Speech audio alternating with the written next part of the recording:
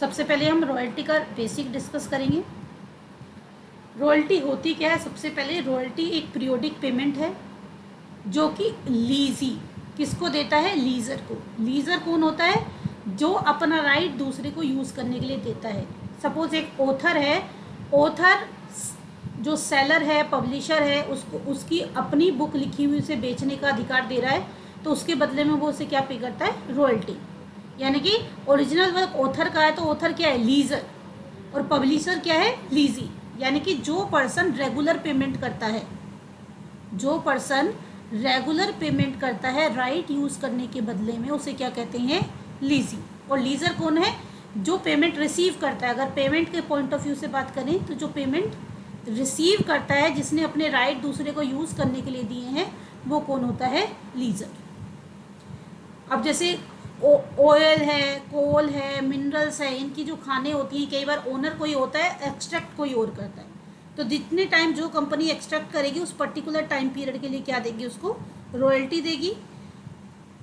उस particular duration के लिए जो भी एज पर द कॉन्ट्रैक्ट होगा। तो जो भी कॉन्ट्रैक्ट है, जो राइटर है उसका पब्लिशर के साथ कॉन्ट्रैक्ट होता है। अगर आप माइंस वगैरह एक्सट्रैक्ट कर रहे हो तो उसका भी कॉन्ट्रैक्ट होता है ओनर के साथ। तो अकॉर्डिंग टू कॉन्ट्रैक्ट एक रेगुलर पेमेंट करनी पड़ती है।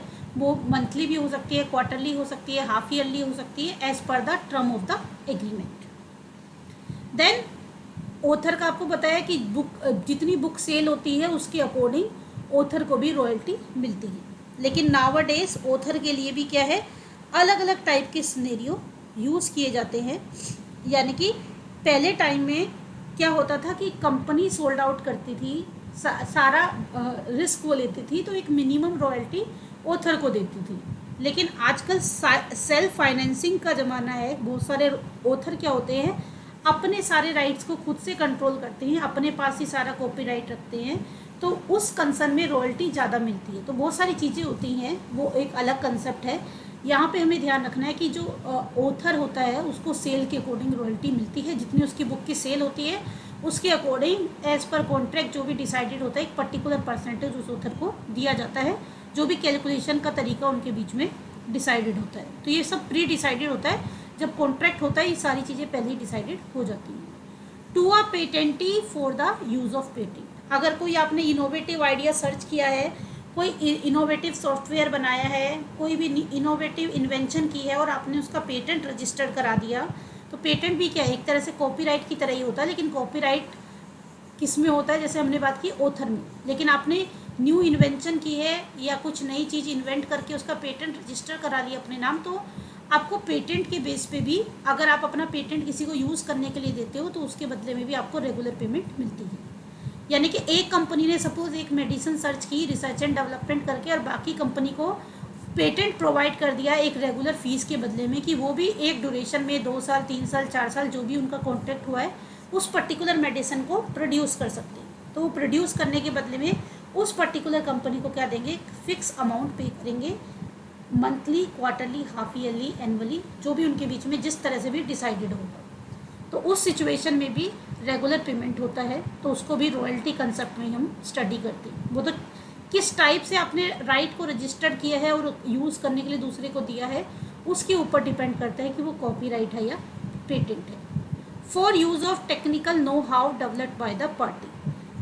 अगर एक पार्टी टेक्निकल हाउ डेवलप्ड करती है तो उस पर्टिकुलर नॉन हाउ के बदले में भी, यानी कि नॉन हाउ का मतलब क्या है? जो आप नई टेक्नोलॉजी, अपडेटेड टेक्नोलॉजी करते हो और किसी को यूज़ करने के लिए देते हो, तो उसके बदले में भी आपको रेगुलर रॉयल्टी या रेगुलर पेमेंट रिसीव्ड होती है। दस रॉयल्टी का मतलब क्या है? Sum payable generally based on output or sale. यानी कि जो रॉयल्टी मिलती है वो दो तरह से मिलती है। या तो आउटपुट के बेस पे, यानी कि कितना आपने प्रोडक्शन किया उस राइट को यूज़ करके, उसके बेस पे आपको रॉयल्टी मिलेगी। या फिर आपको किसके बेस पे रॉयल्टी मिल सकती है? सेल के बेस पे आपको रॉयल्टी मिल सकती है। यानी कि आपने कितनी यूनिट सोल्ड आउट की हैं उसके बेस पे आपको रॉयल्टी गेट हो सकती है। To the owner of a mine, a patentee or the author or any other such person for the use of right vested in him. तो जो भी राइट यूज़ करता है उसके बदले में वो क्या देता है? रॉयल्टी देता है। The person paying the royalty will treat this amount as ordinary business expenditure. जो पर्सन ये पर्टिकुलर रॉयल्टी या पेटेंट के बदले में अमाउंट पे कर रहा है वो इसे क्या मानता है, बिजनेस एक्सपेंडिचर। पेमेंट करने वाला कौन है, जो पेमेंट करता है उसे क्या बोलते हैं, उसे बोलते हैं लीजी। जो लीजी है वो इसको क्या ट्रीट करता है, लीजी इसको ट्रीट करता है अपने बिजनेस का एक्सपेंडिचर, क्योंकि वो जो बिजनेस कंडक्ट कर रहा है उस बिजनेस के बदले में उसे क्या देने पड़ रहा है, उस बिजनेस को करने में ये एक तरह का उसका खर्चा है, तो वो इसे बिजनेस का एक्सपेंडिचर ट्रीट करके और उसी तरह से करता है जैसे बाकी बिजनेस के एक्सपेंडिचर को कहाँ चार्ज करता है, डेबिट करता है प्रॉफिट एंड लॉस में। उसके बाद जो इम्पोर्टेंट पॉइंट है ये ध्यान रखना है, रॉयल्टी बेस्ड ऑन आउटपुट। अगर आपको रॉयल्टी जो है आउटपुट के बेस पे मिल रही है, should be debited to trading और मैन्युफैक्चरिंग अकाउंट। अगर रॉयल्टी का आपको बताया रॉयल्टी दो तरह से मिलती है, एक आउटपुट के बेस पे और एक सेल के बेस पे। अगर रॉयल्टी आपको आउटपुट के बेस पे मिल रही है तो उसे ट्रेडिंग और मैन्युफैक्चरिंग अकाउंट में हम लोग शो करते हैं, डेबिट करते हैं। और अगर रॉयल्टी आपको सेल के बेस पे मिल रही है कि कितनी सेल हुई है उसके क्राइटेरिया के बेस पे कैलकुलेट करके दी जा रही है, तो उसको सेलिंग एक्सपेंसेस मान के प्रॉफिट एंड लॉस में क्या कर दिया जाता है, डेबिट कर दिया जाता है। एक छोटी छोटी एक बात इंपॉर्टेंट है इसमें, किसी को यहाँ तक डाउट हो तो मैसेज में पूछ लीजिए, मैसेज करके। क्लियर है? तो ये बेसिक चीज़ें, रॉयल्टी क्या है, रॉयल्टी आपको कॉपीराइट के बदले में मिलती है, पेटेंट यानी कि जो इंटेलेक्चुअल राइट्स होते हैं, जो इंटेंजिबल आपकी एसेट्स होती हैं, उस कनेक्शन में आपके पास राइट है और अपना राइट किसी को यूज़ करने के लिए आप देते हो तो उसके बदले में आपको क्या मिलती है, रेगुलर रॉयल्टी मिलती है। तो वो रेगुलर किसी भी फॉर्म में हो सकती है, मंथली, क्वार्टरली, हाफ ईयरली और एनुअली। नेक्स्ट, लीजी। लीज क्या होती है? सी हमने बात किया, दो पार्टी हैं, एक है लीजी, एक है लीजर। और मैंने बिल्कुल क्लियर कट शब्द में आपको कहा है कि लीजी वो है जो दूसरे के राइट को यूज़ करके बिजनेस कर रहा है, और लीजर वो है जो उसका ओरिजिनल ओनर है, जिसने उस पर्टिकुलर वर्क को किया है और दूसरे को यूज़ करने के लिए प्रोवाइड किया है।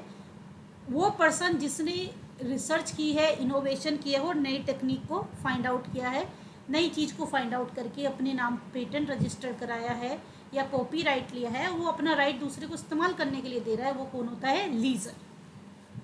अब लीज क्या होती है? लीज उनके बीच का एक एग्रीमेंट होता है। लीज क्या है? एग्रीमेंट है लीजर और लीजी के बदले में, यानी कि वो जो पेमेंट की क्या सीरीज है, क्या टर्म एंड कंडीशन है, कितना टाइम पीरियड रहेगा एग्रीमेंट का, सारी टर्म एंड कंडीशन लिख के जो लीजर और लीजी के बीच में जो कॉन्ट्रैक्ट होता है, जो एग्रीमेंट होता है, उसको हम कहते हैं lease. See, the party who convey the right is lessor and the one who is being granted the right, यानी कि जो अपना राइट दूसरे को दे रही है उस पार्टी को क्या कहते हैं, लीजर। और जो दूसरे के राइट को यूज करता है उसे क्या कहते हैं, लीजी। और इन दोनों के बीच में जो कॉन्ट्रैक्ट होता है वो होता है लीज। इसमें सारी टर्म एंड कंडीशन लिखी जाती हैं और पेमेंट का जो टाइम पीरियड है, क्राइटेरिया है, वो सारी चीज़ें मेंशन है कि आपको आउटपुट के बेस पे मिलेगी, आपको सेल के बेस पे मिलेगी, आप किस बेस पे मिलेगी, वो सारी चीज़ें एग्रीमेंट में मेंशन होनी चाहिए। Then next important concept is, जिसके ऊपर पिछली बार भी 2018 में जो पेपर हुआ था, 19 में जो टीजीटी का पेपर हुआ था 2019, और ये अभी जो 21 में हुआ है, दोनों के दोनों पेपर में ये मिनिमम रेंट और इसके बारे में इसमें काफ़ी क्वेश्चंस आए हुए हैं इसके ऊपर बेस्ड। तो मिनिमम रेंट क्या होता है? Minimum rent, dead rent, rock rent, fix rent, तीनों चारों का मतलब क्या है, सेम है। मिनिमम रेंट क्या होता है कि कई बार क्या होता है, आपने अपना राइट किसी को यूज़ करने के लिए दे दिया, यानी कि लीजर ने अपना राइट लीजी को इस्तेमाल करने के लिए दिया, लेकिन साथ में क्या कॉन्ट्रैक्ट कर दिया कि भाई आप ज़्यादा कमाओ तो अकॉर्डिंगली ले लेंगे हम, लेकिन अगर आपने कम अर्न किया तो आपको एक मिनिमम पेमेंट मुझे देनी पड़ेगी। सपोज इन्होंने डिसाइड कर दिया कि भाई आपको क्वार्टरली मुझे 20,000 देने ही देने हैं इस राइट के बदले में। आप कितना कमाओ, वो जितना ज़्यादा कमाओगे उसके ऊपर टर्म एंड कंडीशन लगा के कि इतना परसेंटेज मिलेगा, लेकिन अगर आपने कम अर्निंग करी तब भी आपको 20,000 देना ही पड़ेगा। तो जो लीजर और लीजी के बीच में एक मिनिमम अमाउंट डिसाइड होती है कॉन्ट्रैक्ट में, उसे बोलते हैं मिनिमम रेंट, डेड रेंट, रोक रेंट एंड फिक्स रेंट। ये कब अप्लाई होता है? मान लो रॉयल्टी की जो अर्निंग है इससे कम है, यानी कि जो लीजी है उसने जो सेल की या आउटपुट की, जिस बेस पे रॉयल्टी गेट हुई है, उसकी रॉयल्टी की जो पे आउट है वो लेस देन 20,000 है। अगर लेस देन 20,000 पेमेंट बन रही है तो जो लीजर है वो क्या करेगा, वो कहेगा कि भाई मुझे मिनिमम रेंट दे दीजिए। तो वो अपने आप को सेफ्टी करने के लिए कई बार कॉन्ट्रैक्ट में क्या करता है, minimum rent, dead rent and rock rent और फिक्स रेंट का क्लोज भी ऐड कर देता है। टेक्निकली से क्या कहेंगे, सबसे पहले तो बेसिकली समझिए कि ये होता क्या है। जब रॉयल्टी से जो अर्निंग होती है वो मिनिमम रेंट से कम होती है तो वो जो लीजर है वो मिनिमम रेंट लेना चाहता है। यानी कि मिनिमम रेंट क्या है, एक फिक्स अर्निंग, एक लोअर अर्निंग जो कि होनी ही होनी चाहिए, कॉन्ट्रैक्ट में मेंशन करके लीजर अपनी अर्निंग को सिक्योर करता है। ये हो गया आपका मिनिमम डेड रेंट, रोक रेंट और फिक्स रेंट। लेकिन अगर आपकी, ध्यान दीजिएगा, if in year the actual royalty is less than minimum rent, तो लैंडलॉर्ड क्या क्लेम कर लेगा, मिनिमम रेंट। जैसे मैंने एग्जांपल में कहा कि रॉयल्टी लेस देन 20 है तो वो क्या क्लेम कर लेगा, 20,000। यानी कि अगर ज़्यादा होगी तो अकॉर्डिंगली ट्रीट करेगा, लेकिन कम है तो उसकी ये मिनिमम अर्निंग है कि इसको क्वार्टरली 20,000 मिलना ही मिलना है, चाहे लीजी उस पर्टिकुलर राइट को यूज़ करके कितना भी कम अर्न करे। सेकेंड सिचुएशन क्या हो सकती है, actual royalty exceed the minimum rent. यानी कि मान लो आपने मिनिमम रेंट रखा था 20 के, लेकिन जो एक्चुअल रॉयल्टी बन रही है as per the contract calculation वो बन रही है 45 की। तो उस सिचुएशन में जो लैंडलॉर्ड है, जो लीजर है, जिसने अपनी एसेट, अपना राइट किसी को इस्तेमाल करने के लिए दिया है, वो क्या क्लेम करेगा, एक्चुअल रॉयल्टी। लेकिन अब इस सिचुएशन में क्या ले लेगा वो, 45,000। लेकिन वो एक कॉन्ट्रैक्ट में अगर मिनिमम रेंट का एग्रीमेंट डाल देता है, क्लोज डाल देता है अपने एग्रीमेंट में, कॉन्ट्रैक्ट में, और उसकी जो अर्निंग है रॉयल्टी से वो मिनिमम रेंट से कम होती है, तो वो क्या क्लेम करेगा, वो क्लेम कर लेगा मिनिमम रेंट। बताइए क्लियर है कि नहीं? किसी को कोई डाउट हो तो पूछ लीजिए, मैसेज कर दीजिए आप चैट बॉक्स में, मैं वहाँ से देख लूँगी अगर कोई भी किसी भी पर्टिकुलर कंसेप्ट में डाउट हो तो।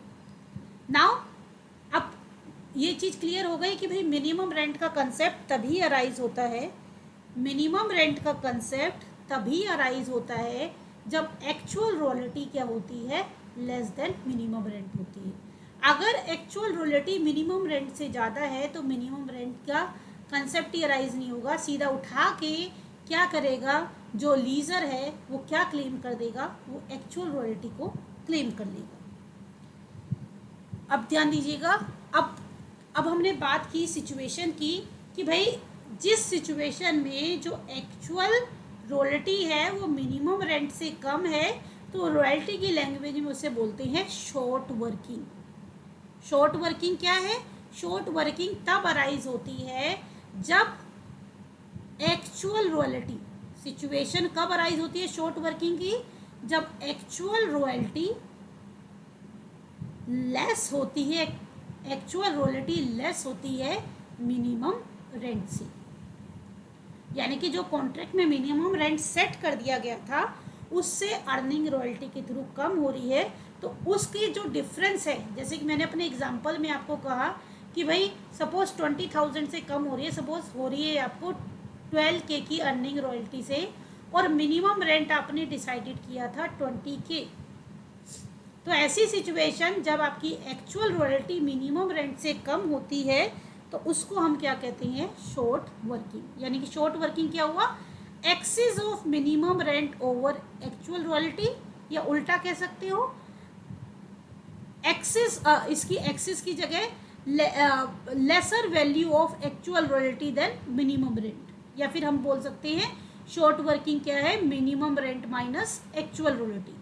अगर मैं अपने एग्जाम्पल की बात करूँ तो उसमें क्या हो जाएगा, short working 20K minus 12K, यानी कि 8,000 क्या हो जाएगा उसमें शॉर्ट वर्किंग। सी अब ध्यान से जरा देखिएगा एग्जाम्पल को।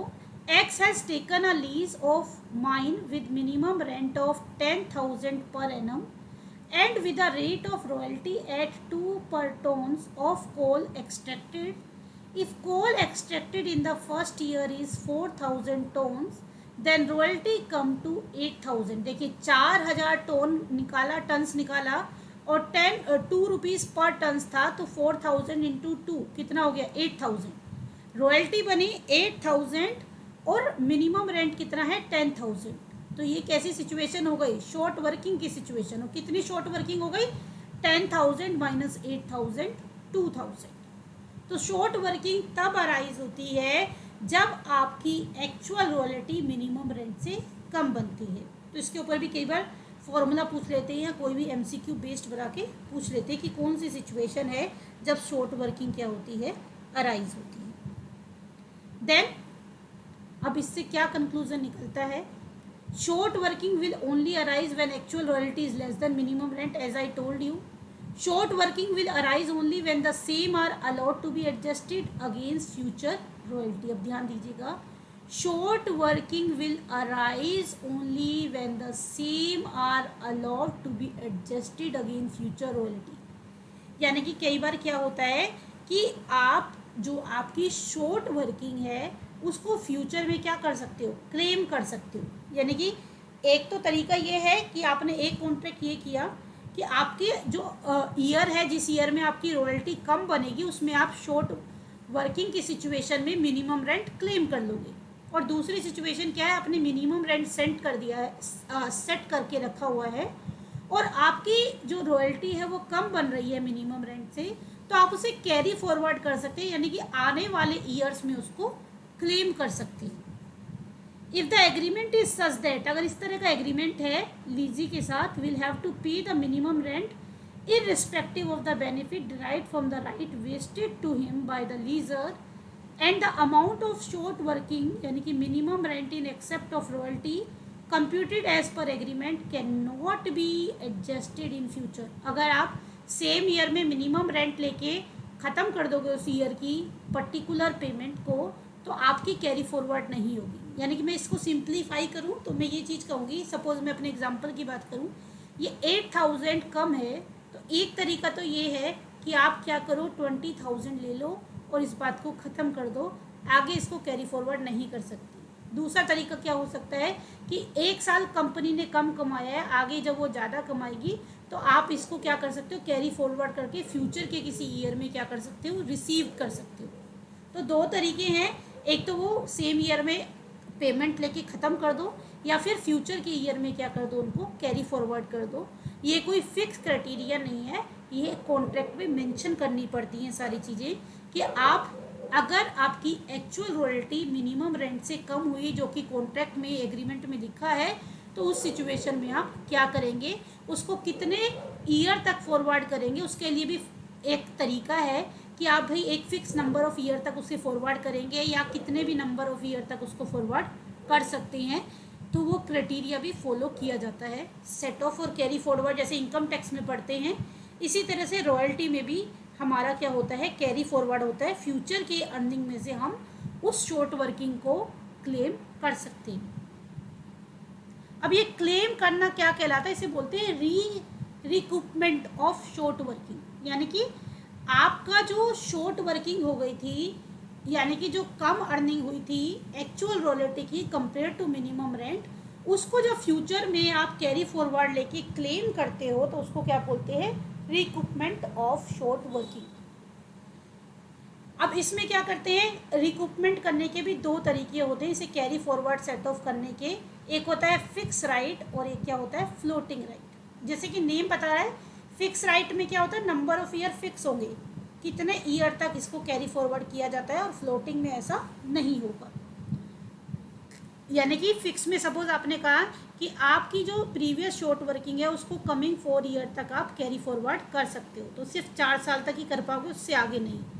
लेकिन अगर आपने फ्लोटिंग का कंसेप्ट अडॉप्ट किया तो उसमें कोई लिमिट नहीं होती, उसको as per time situation and contract जो लीजर एंड लीजी है प्रॉपर एग्रीमेंट के साथ उस पर्टिकुलर टाइम पीरियड को क्या कर सकते हैं, चेंज कर सकते हैं। तो फिक्स मतलब है पहले से ही एक टाइम डिसाइड हो गया कि इतने ईयर तक कैरी फॉरवर्ड किया जाएगा, और फ्लोटिंग का मतलब वो टाइम पीरियड कम या ज़्यादा कभी भी किया जा सकता है। यानी कि आपने ऐसा agreement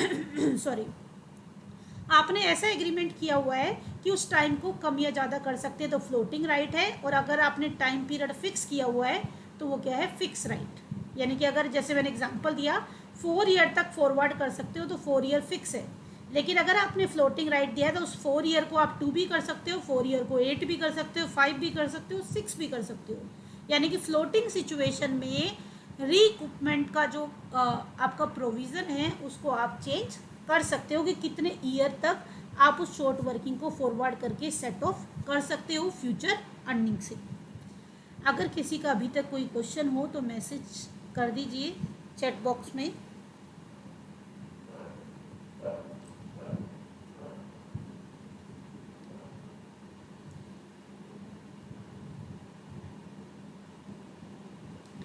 then after that recoupment of short working से कनेक्टेड कुछ इंपॉर्टेंट थिंग्स आपको पता होने चाहिए। It is a provision for carrying forward of short working with a view to adjust it out of the excess working in the future। अगर जो लीजी है future में वो एक्सेस अर्निंग करता है, ज़्यादा अर्निंग करता है, तो उस सिचुएशन में रिकूपमेंट का प्रोसेस यूज़ करके आप अपनी पिछली जो शॉर्ट वर्किंग है, जो आपकी अर्निंग लेस हुई थी, उसको आप क्या कर सकते हो, वहाँ पे क्लेम कर सकते हो। Short working should be carry forward and they are shown in the balance sheet as a current asset. अगर आप शॉर्ट वर्किंग को कैरी फॉरवर्ड करते हो तो उसे बैलेंस शीट में लिखा जाएगा। यानी कि आपका शॉर्ट वर्किंग को अगर आप कैरी फॉरवर्ड करोगे तो वो क्या है आपके लिए, वो आपके लिए लाइबिलिटी है। आपको उसको फ्यूचर में क्या करना है, पे करना है। तो उसको बैलेंस शीट की लाइबिलिटी साइड में आप उसको शो करोगे।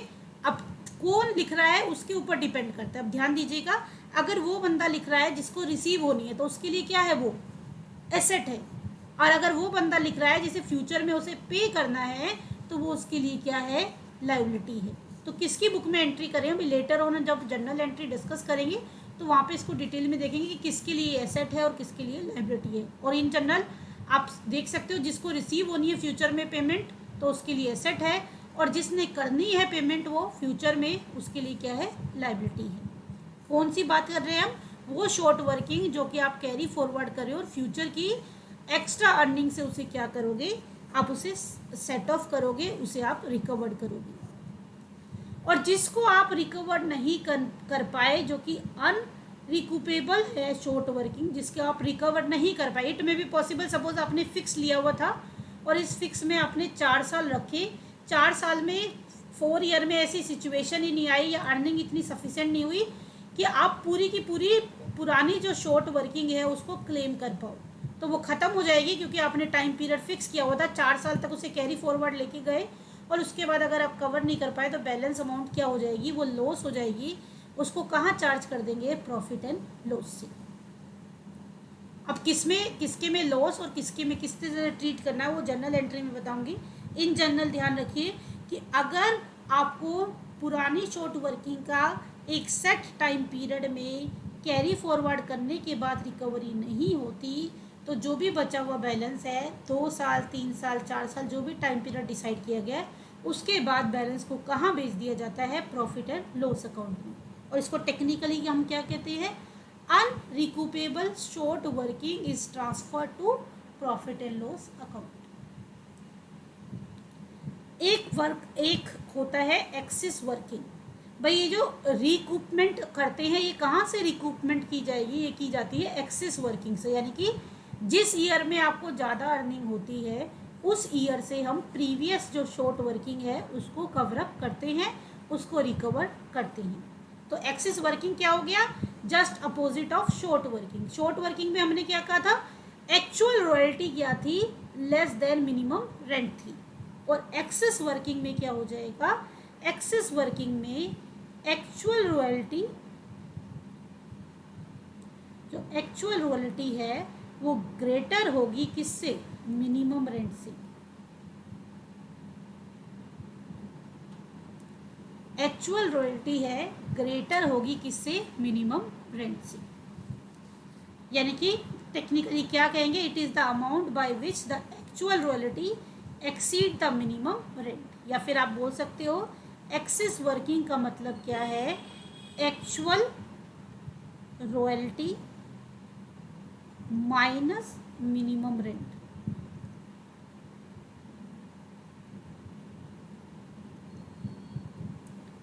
बताइए क्लियर है कि नहीं?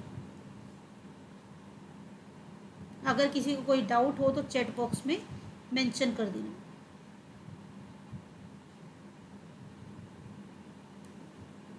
चलिए आगे बढ़ते हैं। Next, strike and lockout. अब एक कंसेप्ट इसमें होता है स्ट्राइक एंड लॉकआउट, उसको भी ध्यान से रखना है। If agreement provides the minimum rent में बी प्रपोर्शनेटली रिड्यूस। कई बार क्या होता है, लीजर और लीजी इस तरह की कंडीशन मेंशन करते हैं कि कॉन्टिन्यूसली जो मिनिमम रेंट है वो कम होता जाएगा, तो उसको स्ट्राइक या लॉकआउट कहते हैं। किसमें? एग्रीमेंट, जो रॉयल्टी की सिचुएशन में जो लीजर और लीजी के बीच में जो कॉन्ट्रैक्ट और एग्रीमेंट होता है, अगर उसमें इस तरह के एग्रीमेंट में सिचुएशन मेंशन है कि मिनिमम रेंट कम होता जाएगा, रिड्यूस होता जाएगा, तो उससे बोलते हैं स्ट्राइक या लॉकआउट। जैसे सपोज बोला फर्स्ट ईयर के लिए मिनिमम रेंट है 20,000 पर एनम, सेकेंड ईयर के लिए जो मिनिमम रेंट है वो है 18,000 पर एनम, थर्ड ईयर के लिए जो मिनिमम रेंट है वो है, सपोज मैं 10% कम करती जा रही हूँ, 18,000 में से इसका 10% लेस कर दो, यानी कि 1800 लेस कर दो, तो ये हो जाएगा आपका 200, 7 में 16,200।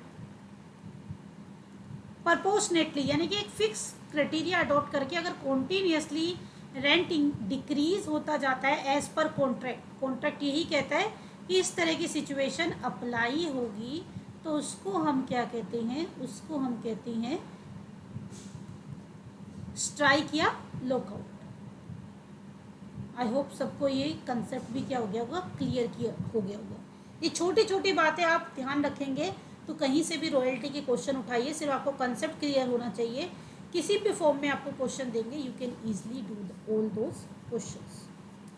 नाउ अब आते हैं किस तरह से अकाउंटिंग ट्रीटमेंट की जाती है, कैसे हम जर्नल एंट्री को नोट करते हैं।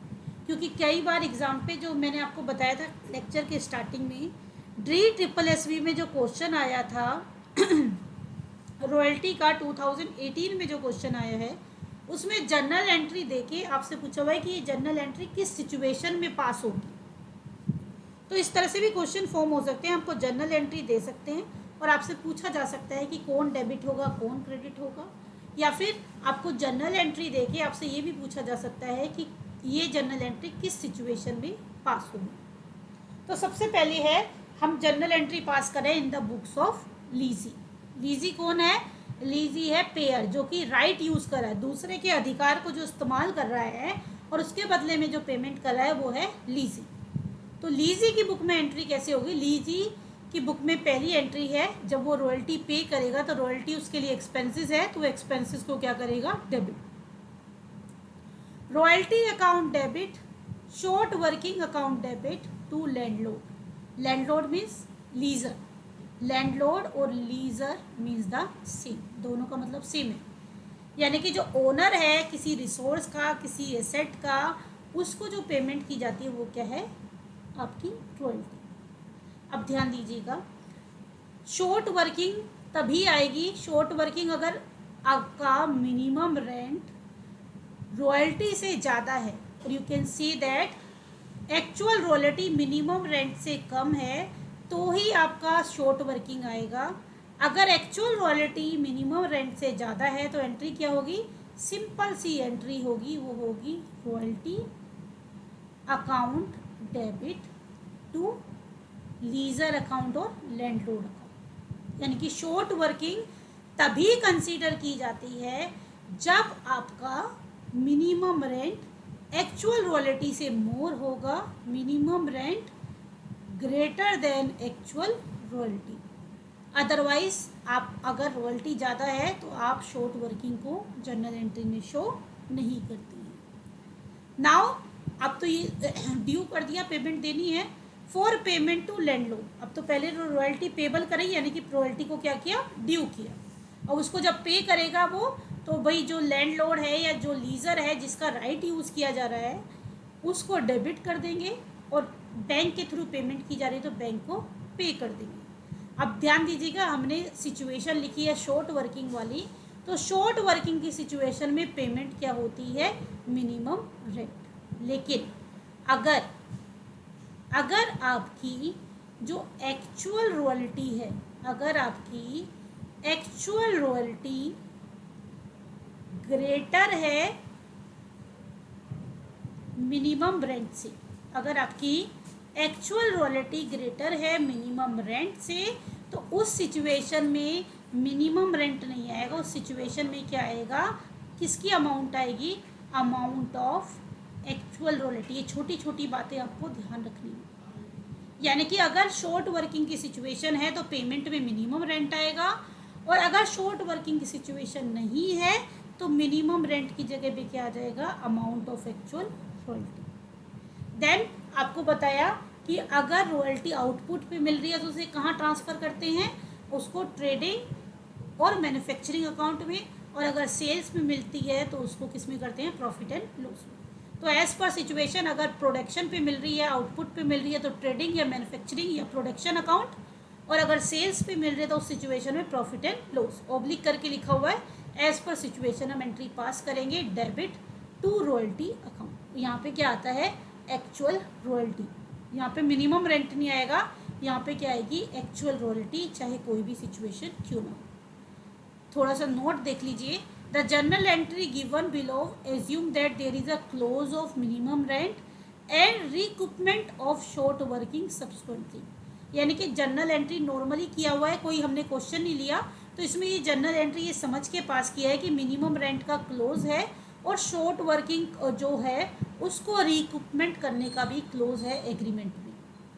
Royalty based on output should be debited to manufacturing or production account, whereas royalty based on sale is treated as selling expenses, और उसको हम कहाँ ट्रीट करेंगे, उसको प्रॉफिट एंड लॉस अकाउंट में ले जाते हैं। कई लोग ट्रेडिंग में भी करते हैं लेकिन वो करेक्ट नहीं है। करेक्ट करिए क्या है कि उसको कहाँ ले जाना चाहिए, उसको ले जाना चाहिए प्रॉफिट एंड लॉस में। इसको हटा दीजिए, debited to profit and loss account. अगर अभी तक में किसी को कोई डाउट है तो चैट बॉक्स में मेंशन कर दीजिए, मैं आपका डाउट इन बिटवीन ही ले लूँगी। अगर सबको ऑल क्लियर है तो एक बार मैसेज करके मुझे कंफर्म कर दीजिए कि आपको चीज़ें समझ आ रही हैं।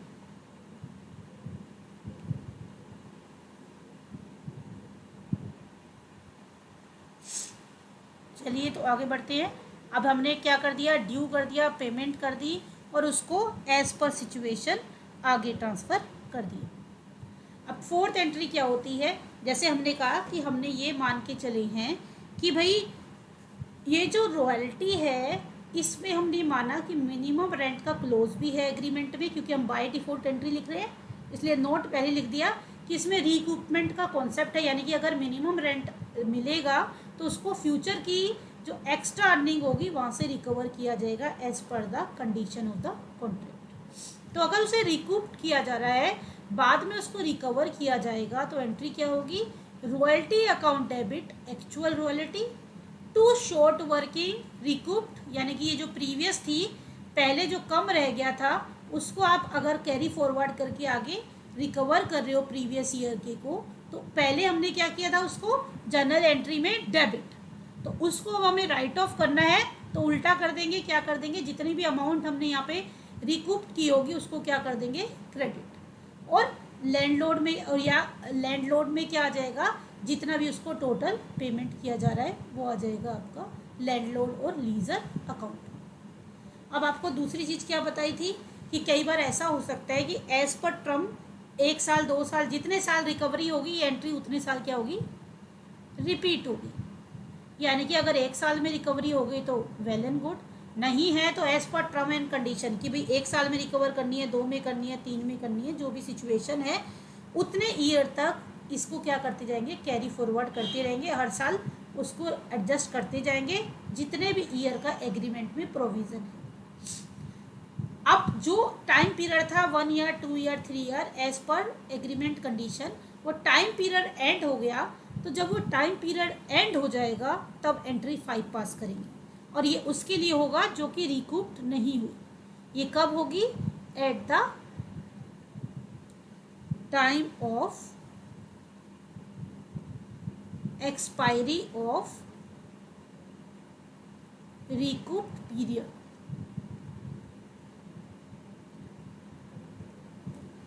तो अब एक्सपायरी हो गई तो भाई बहुत सारी चीज़ें थी जो नहीं रिकवर हो पाई, वो लॉस हो गया। और क्योंकि आप किसकी बुक में एंट्री कर रहे हैं, आप बुक में एंट्री कर रहे हैं लीजी की। अब लीजी ने क्या करना है, सबको राइट ऑफ, आपको उसको अपने अकाउंट जो खोला था उसने, वो अकाउंट को बंद करना है। सपोज उसने शॉर्ट वर्किंग किया था, मैं अपने एग्जांपल के लिए लेती हूँ, 8 के शॉर्ट वर्किंग था जो हमने एज्यूम किया था अभी डिस्कशन में एग्जांपल, और उसमें से रिकवर हुई सिर्फ शॉर्ट वर्किंग आपकी 3K की। 8000 की शॉर्ट वर्किंग थी, रिकवर हुई शॉर्ट वर्किंग सिर्फ 3K की, 8K अभी भी बाकी है। और बिल्कुल क्योंकि टाइम पीरियड ख़त्म हो गया, उस अकाउंट को क्लोज करना है, वहाँ पे वो 8000 से डेबिट हो रखा है, 3000 से क्रेडिट हुआ, 5000 अभी भी बचा हुआ है। तो उस 5000 को क्या करेंगे, क्रेडिट कर देंगे शॉर्ट वर्किंग में अकाउंट को क्लोज करने के लिए। और ये क्या हो जाएगा, आपका लैप्स हो जाएगा, यानी कि अमाउंट ख़त्म। और इसको कहाँ कर देंगे, as per situation, trading, profit and loss, manufacturing, production, यानी कि जहाँ पे भी आपने रॉयल्टी की ट्रीटमेंट की है, सपोज आपने रॉयल्टी को चार्ज किया था ट्रेडिंग या मैन्युफैक्चरिंग अकाउंट से, अगर आपको प्रोडक्शन पे मिली है और अगर आपको सेल पे मिली है, तो आपने उसे किस पे किया था चार्ज, प्रॉफिट एंड लॉस में, तो वो लैप्स हो गई और अकाउंट को क्लोज करना है। तो जितनी भी अमाउंट बची थी शॉर्ट वर्किंग के क्रेडिट में डाल दी और डेबिट किसको कर दिया, as per situation, trading, profit and loss, manufacturing या प्रोडक्शन अकाउंट को। अब 8000 से शॉर्ट वर्किंग का अकाउंट डेबिट हुआ था और 3000 रिकवर हो गया, 5000 लैप्स्ड हो गया, दोनों को मिले के 8000 क्रेडिट हो गया, यानी कि डेबिट और क्रेडिट इक्वल हो गए, अकाउंट क्या हो गया, शॉर्ट वर्किंग का क्लोज हो गया। अगर अभी तक किसी को कोई क्वेश्चन है तो आप चैट बॉक्स में राइट करके पूछ सकते हो। क्लियर है? तो अब दूसरे की बुक में एंट्री करते हैं। अगर किसी को डाउट नहीं है तो मैं आगे बढ़ूंगी, 2 मिनट के लिए रुक रही हूँ। अगर किसी को कोई डाउट है तो अपना क्वेश्चन आप टाइप करके चैट बॉक्स में ड्रॉप कर दीजिए।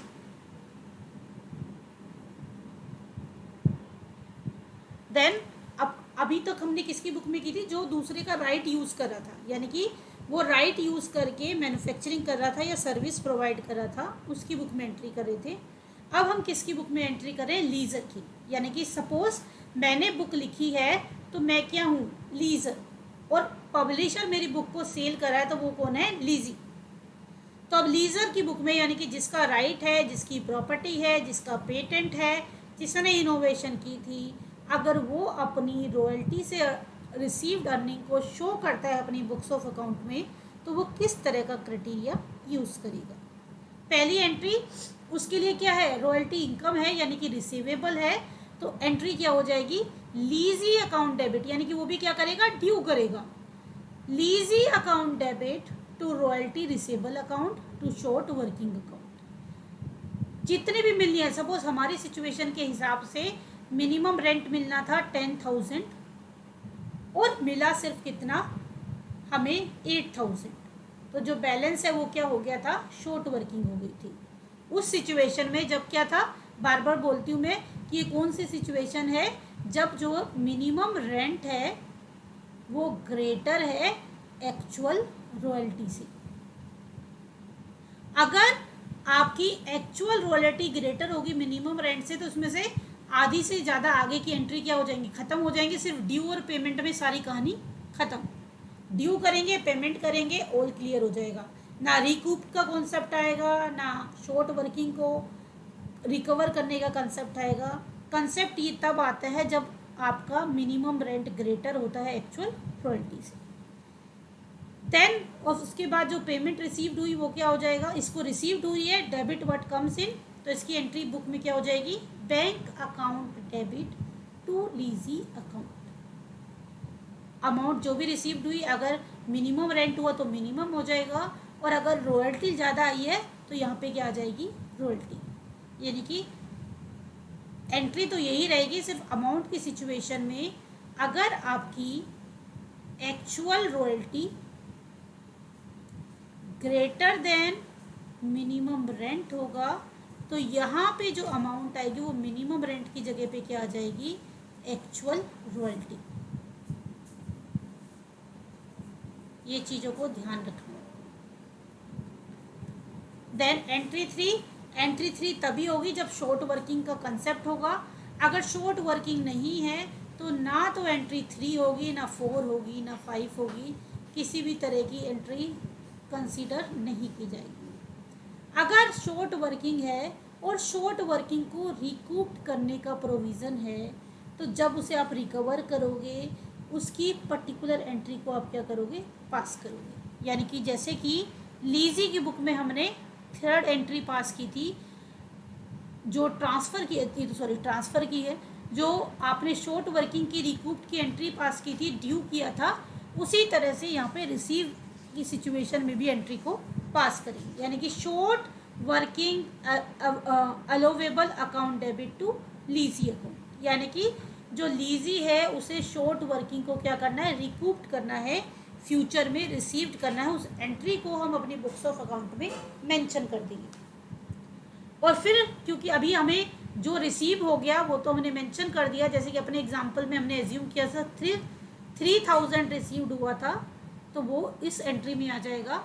और जो इरिकवरेबल है, जो रिसीव नहीं हुआ, उसे वो कहाँ चार्ज कर देगा, अपने प्रॉफिट एंड लॉस में। Profit and loss account debit to short working allowable account, वो 5000 से उसको क्या कर देगा, यहाँ पे मेंशन कर देगा, और ये अमाउंट क्या हो जाएगी, लैप्स हो जाएगी। एक तरह से उसे क्या हुआ, 5000 का लॉस हो गया। तो जो ये 5000 का लॉस है उसे वो कहाँ से चार्ज करेगा, प्रॉफिट एंड लॉस। ये सारी चीज़ें ध्यान रखनी है। यानी कि क्वेश्चन इस टाइप से हो सकता है कि in case of irrecoverable amount of short working, what account will be debited in the books of lessor. तो किसको अकाउंट को डेबिट करेंगे, प्रॉफिट एंड लॉस को। या फिर आपको जर्नल एंट्री देके पूछ सकते हैं कि ये जर्नल एंट्री किस सिचुएशन में पास होगी, profit and loss account debit to short working allowable account, in which situation this entry is passed and in which book. तो किसी भी टाइप से आपसे क्वेश्चन पूछा जा सकता है, जर्नल एंट्री को उसके ध्यान से पढ़ना है। Then entry 5 for transferring royalty received through trading, profit and loss account, manufacturing account as per the situation. Royalty receivable account debit, जो आपको एक्चुअल रॉयल्टी रिसीव हुई है उसको डेबिट करेंगे, और अगर आपको आउटपुट भी मिली है तो ट्रेडिंग, मैन्युफैक्चरिंग और प्रोडक्शन, और अगर सेल्स पे मिली है तो वो क्या होगी, प्रॉफिट एंड लॉस। क्योंकि ये क्या है, आपके लिए इनकम का सोर्स है, इसलिए आपके profit and loss trading, manufacturing या प्रोडक्शन अकाउंट के किस में जाएगी, ये क्रेडिट साइड में। क्योंकि ये हम एंट्री कर रहे हैं in the books of lessor, और लीजर के लिए जो रॉयल्टी मिलती है वो क्या है, एक इनकम का सोर्स है। किसी को अभी तक कोई डाउट हो तो आप चैट बॉक्स में राइट कर सकते हैं अपना क्वेश्चन।